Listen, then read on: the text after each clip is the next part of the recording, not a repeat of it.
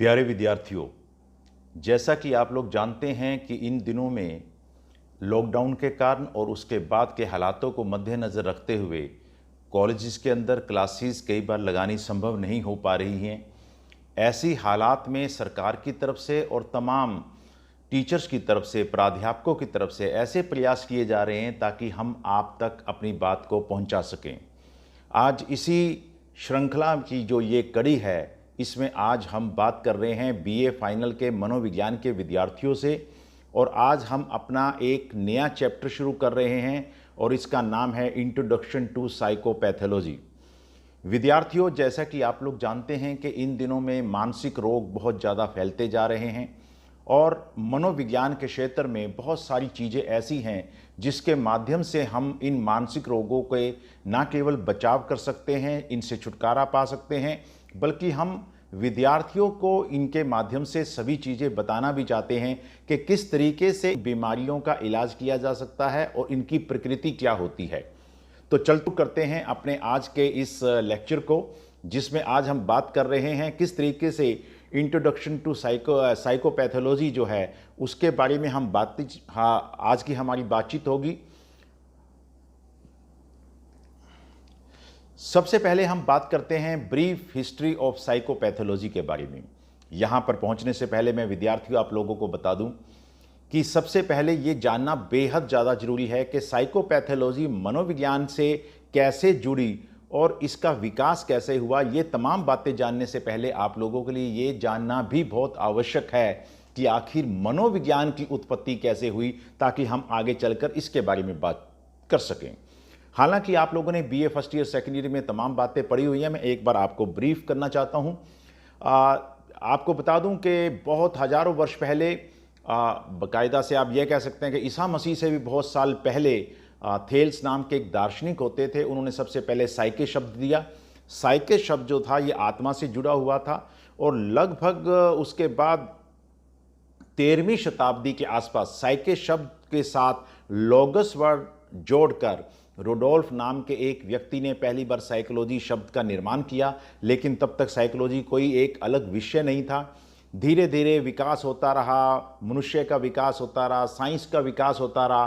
फिर एक ऐसा समय आया जब चारों तरफ संसार के अंदर साइंस का ही बोलबाला हो गया शुरू। उस समय बहुत सारे लोगों ने तरह तरह के विज्ञान बनाने शुरू किए, तभी लोगों का ध्यान मनोविज्ञान की तरफ गया। और 1879 के अंदर सबसे पहले विलियम वुड ने एक मनोवैज्ञानिक लेबोरेटरी बनाई। आप ये तमाम बातें आपको मालूम हैं।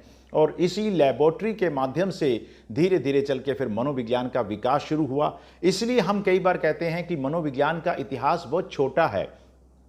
अगर हम बात करें इसके इतिहास की तो आप समझिएगा कि 1879 से शुरू होता है, लेकिन अगर हम इसकी पास्ट की बात करें तो याद रखिएगा कि ये थेल्स के समय से, सुक्रेटिस के समय से, एरिस्टोटल के समय से, प्लेटो के समय से ये चला आ रहा है। एक भूमिका बन रही थी, लेकिन मनोविज्ञान को मनोविज्ञान का नाम मिला 1879 के बाद, जब उसको हमने एक विज्ञान के रूप में मानना शुरू किया।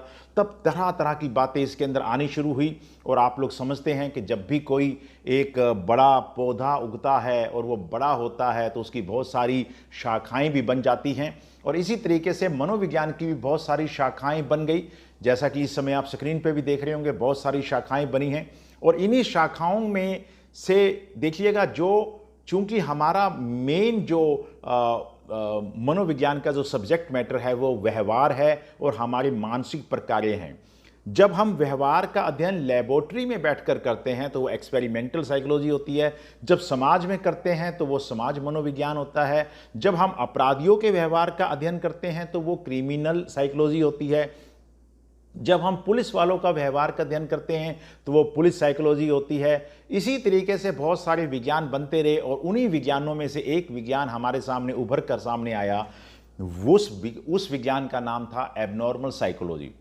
जैसे ही आप लोगों को मैंने पहले भी बताया कि एबनॉर्मल साइकोलॉजी का विकास हुआ। एबनॉर्मल साइकोलॉजी एक ऐसा विषय था जिसके अंदर हम एबनॉर्मल लोगों का अध्ययन करते थे। यहाँ मैं आपकी जानकारी के लिए ये भी बताना चाहता हूँ कि एबनॉर्मल शब्द जो है बेसिकली दो शब्दों से मिलकर बना है, लैटिन भाषा के दो शब्द से।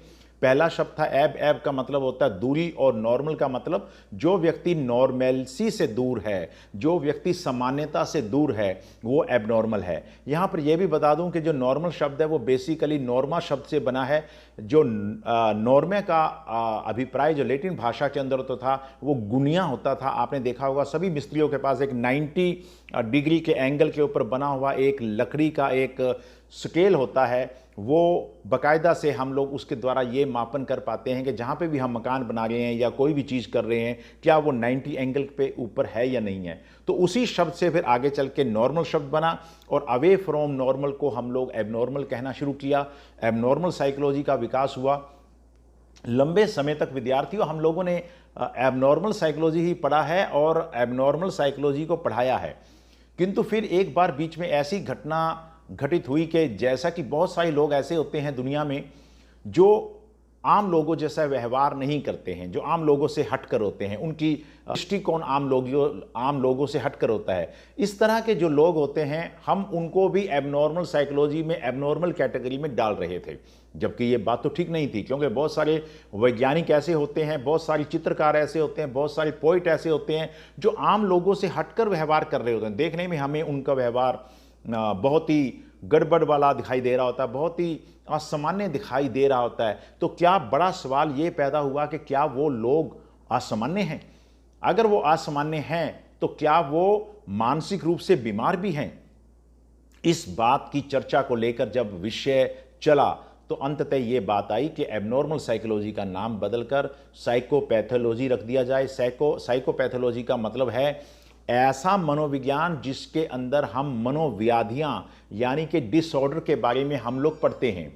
अब हम बात कर रहे हैं कि अब हम बात कर रहे हैं आखिर साइकोपैथोलॉजी की, जिस विषय की आज हम बात कर रहे हैं। मैं एक बार फिर से आपको ब्रीफ में बता दूं कि मनोविज्ञान बना, मनोविज्ञान की बहुत सारी शाखाएं बनी, एबनॉर्मल साइकोलॉजी बनी, लेकिन एबनॉर्मल साइकोलॉजी के शब्दावली से लोगों को एतराज़ था कि इसके अंदर उन लोगों को भी शामिल किया जा रहा है जो वैसे सेहतमंद हैं, मानसिक दृष्टि से ठीक है लेकिन उनका व्यवहार ठीक नहीं है, तो उनको भी उसके अंदर शामिल किया जा रहा था। इसलिए अंततः हम लोगों ने एक नया मनोविज्ञान बनाया जिसका नाम साइकोपैथोलॉजी रखा गया। हालांकि ये बता दूं कि ये जो साइकोपैथोलॉजी टर्म है ये जैस्पर नाम के एक दार्शनिक ने 1913 में ही बना दी थी, लेकिन हमने इसका प्रयोग अभी करना शुरू किया है।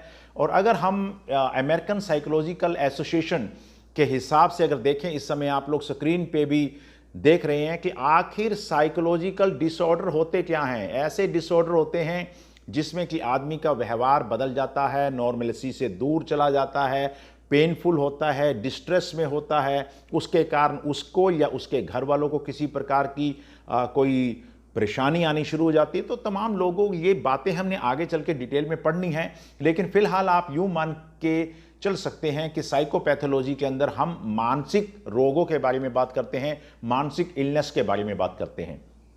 जैसा कि मैंने आपको पहले बताया था कि ओरिजिन ऑफ टर्म साइकोपैथोलॉजी ये 1913 में जैस्पर ने दी थी, और ये एक कार्ल जैस्पर, इनका जर्मन के रहने वाले थे ये।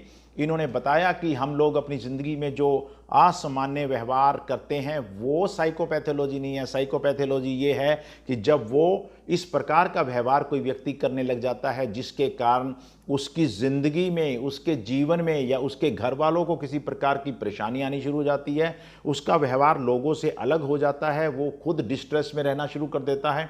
अगर ये तमाम बातें होती हैं तो हम उन तमाम बातों को साइकोपैथोलॉजी के अंतर्गत डिस्कस करते हैं। अब हम बात करते हैं कि आखिर साइकोपैथोलॉजी को अगर हम डिफाइन करना चाहें तो कैसे डिफाइन करेंगे। एक बहुत ही आसान डेफिनेशन मैंने विद्यार्थियों के लिए तैयार की है। Psychopathology is the study of nature of psychological illness including its causes, development and outcome. तो देखिएगा, साइकोपैथोलॉजी हम एक ऐसा मनोविज्ञान की एक ऐसी शाखा है जिसके माध्यम से हम मानसिक रोगों का अध्ययन करते हैं। ना केवल हम उनका अध्ययन करते हैं, हम उनके कॉजेज के बारे में भी जानने की कोशिश करते हैं, वो विकसित कैसे होता है और उसका परिणाम क्या होता है। ये तमाम चीज़ों को हम इसी के अंतर्गत स्टडी आमतौर पे करते हैं। तो this study of mental illness can include a long list of elements. इसके अंदर बहुत सारे तत्व हैं। सिम्टम्स के बारे में बात करते हैं, व्यवहारों के बारे में बात करते हैं, कॉजेज के बारे में बात करते हैं, और स्ट्रेटेजी बनाते हैं और बताते हैं कि ये किस तरीके से इसका इलाज संभव है। तो ये तमाम चीज़ों को जब हम मानसिक रोगों की पूरी चर्चा जिस विषय में करते हैं, मनोविज्ञान की जिस शाखा में करते हैं, उस मनोविज्ञान का नाम है साइकोपैथोलॉजी। अब हम बात करते हैं कि आखिर साइकोपैथोलॉजी में कौन कौन लोग हैं जो समाज में फैली हुई मानसिक बीमारियों का इलाज करने के लिए आगे आते हैं। यहाँ पर मैं बात करना चाहता हूँ सबसे पहले क्लिनिकल साइकोलॉजिस्ट की। क्लिनिकल साइकोलॉजिस्ट वो व्यक्ति होता है जो कि मनोविज्ञान में एमए करने के बाद फिर वो इलाज के क्षेत्र में जाता है, क्लिनिकल क्षेत्र में जाता है, वहाँ पे वो मानसिक रोगियों का इलाज करता है। यहाँ पे एक बात आपको स्पष्ट रूप से समझनी होगी, क्लिनिकल साइकोलॉजिस्ट जो होता है वो मूल रूप से बीमारी के डायग्नोसिस करता है, उसके कारणों को, उसके स्वरूप को जानता है, पहचानता है कि बीमारी क्या है, और फिर वो उसका मनोवैज्ञानिक विधियों के द्वारा इलाज करता है। याद रखिएगा, वो दवाइयां नहीं देता है। क्लिनिकल साइकोलॉजिस्ट दवाइयां नहीं देता है, बल्कि वो केवल एक आराम से इलाज करता है। और इसके बाद दूसरी चीज़, हमारे पास काउंसलर्स होते हैं। काउंसलर्स वो लोग होते हैं जो साइकोथेरेपी या इन तमाम चीज़ों का बहुत थोड़ा इस्तेमाल आमतौर पे करते हैं। बुनियादी रूप से जो थोड़ी बहुत समस्याएं होती हैं उनके समाधान के लिए काउंसलर्स होते हैं। उसके बाद क्रिमिनोलॉजिस्ट होते हैं जो अपराधियों के बारे में अध्ययन करते हैं, क्योंकि अपराधी होना भी अपने आप में एक बीमारी है। मैरिज काउंसलर्स होते हैं, साइकेट्रिक नर्सिस होती हैं, साइकेट्रिस्ट होते हैं। यहाँ पर एक मैं बात करना चाहता हूँ कि जो आपने अक्सर देखा होगा कि बाज़ारों के अंदर बहुत सारे बोर्ड्स होते हैं जहाँ पे डॉक्टर्स ने लिखा होता है साइकेट्रिस्ट। तो साइकेट्रिस्ट को आप लोगों ने मनोविज्ञान के साथ अगर जोड़ के देखना तो समझिएगा कि साइकेट्रिस्ट एक मनोवैज्ञानिक नहीं होता है। साइकेट्रिस्ट एक डॉक्टर होता है, केवल वो मनोवैज्ञानिक बीमारियों का इलाज करता है और वो भी दवाइयों के माध्यम से करता है। लेकिन मनोवैज्ञानिक वो व्यक्ति होता है जो डॉक्टर नहीं होता है। एमए साइकोलॉजी करने के बाद या पीएचडी करने के बाद या एमफिल करने के बाद वो एक मनोवैज्ञानिक बनता है। मनोवैज्ञानिक बनके वो मानसिक बीमारियों का इलाज करता है। वो दवाइयों का इस्तेमाल नहीं करता है, बल्कि वो अपनी मानसिक जो हमारे पास टेक्निक्स हैं, साइकोथेरेपीज़ हैं, काउंसलिंग्स हैं, हम उसके माध्यम से कहीं ना कहीं उनका अध्ययन करते हैं। तो आप लोग देखिएगा कि हमारे पास बहुत सारे लोग हैं जो मानसिक रोगों का इलाज करते हैं, लेकिन हम चूंकि मनोविज्ञान से संबंध रखते हैं, हम सीधे सीधे बात मनोविज्ञान के बारे में ही कर रहे हैं। तो अब हम बात करते हैं कि साइकोपैथोलॉजी को पहचाना कैसे जाता है। ये आज की जो हमारी चर्चा है बिल्कुल ब्रीफ में चर्चा है, कोई ज़्यादा बातचीत नहीं है, लंबी कहानी नहीं है। आज का एक इंट्रोडक्टरी लेक्चर आप लोगों के लिए हम लोगों ने तैयार किया है ताकि हम आप तक, आपके घरों तक, आपके घरों में बैठे बैठे हम आपको पढ़ा सकें।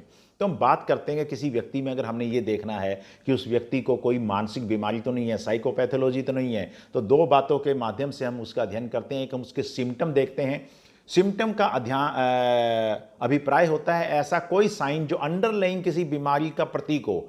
जैसे कि आप लोगों को अक्सर देखा होगा कि खांसी हो जाती है, जुकाम हो जाता है, तो ये शरीर के अंदर फैली हुई किसी ना किसी प्रकार की जो इन्फेक्शन है उसका परिचायक है। अगर आपको बुखार होता है तो बुखार होने का मतलब बुखार एक सिम्टम है, जुकाम एक सिम्टम है। ऐसे आपकी बॉडी में बहुत सारे सिम्टम्स होते हैं जो आपको बताते हैं कि आपके अंदर कोई बीमारी चल रही है। अगर आपका गला खराब होता है तो जाहिर सी बात है कि कोई वायरस जो है आपके गले से अंदर एंटर करने की कोशिश कर रहा है, और गला जो है खराब होने का अभिप्राय ये है कि वो सिम्टम है कि अंदर कोई इन्फेक्शन जाने की कोशिश कर रही है। इसी तरीके से मानसिक बीमारियों के भी बहुत सारे सिम्टम्स होते हैं, बहुत सारे लक्षण होते हैं। उन लक्षणों के माध्यम से हम मानसिक रोगों को जानते हैं। बहुत सारे लक्षण जैसे कि हेलुसिनेशंस होते हैं। बहुत सारे लोगों को आपने देखा होगा वो अकेले अकेले बाज़ारों में चलते फिरते आपस में बातें किए जा रहे होते हैं। उनको ऐसा प्रतीत हो रहा होता है जैसे उनके साथ कोई है और वो उससे बातचीत कर रहे हैं। उनको ऐसी चीज़ें भी दिखाई दे रही होती हैं जो नहीं होती। हेलुसिनेशन होता है। डिलीजन्स होते हैं जब लोग अपने बारे में वहम पालते हैं, ऐसे वहम जिनको वो पक्का बिलीफ के रूप में मानते हैं। वो ये सोचते हैं कि वो भगवान हैं या वो अपने आप को कोई आत्मा समझते हैं। तो इस तरीके से बहुत सारी सिम्टम्स हैं।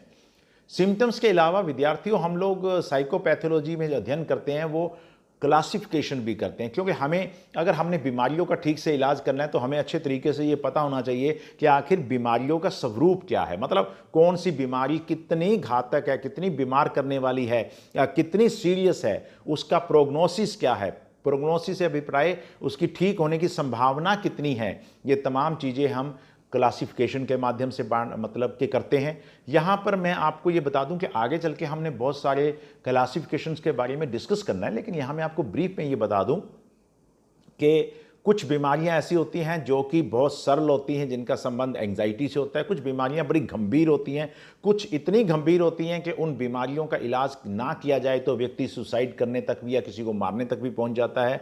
कुछ बीमारियां ऐसी होती हैं जो हमारे इलाज के प्रीव्यू से बाहर होती हैं, उनका इलाज करना संभव नहीं होता है, जैसे कि मेंटल रिटार्डेशन है।